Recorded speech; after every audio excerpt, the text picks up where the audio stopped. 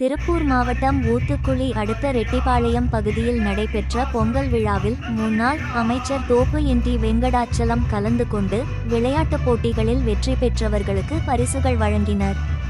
முன்னதாக விழாவில் நடனம் ஆடி முன்னாள் அமைச்சர் தோப்பு என்.டி. வெங்கடாச்சலம் அவர்களை விழா குழுவினர் வரவேற்றனர்.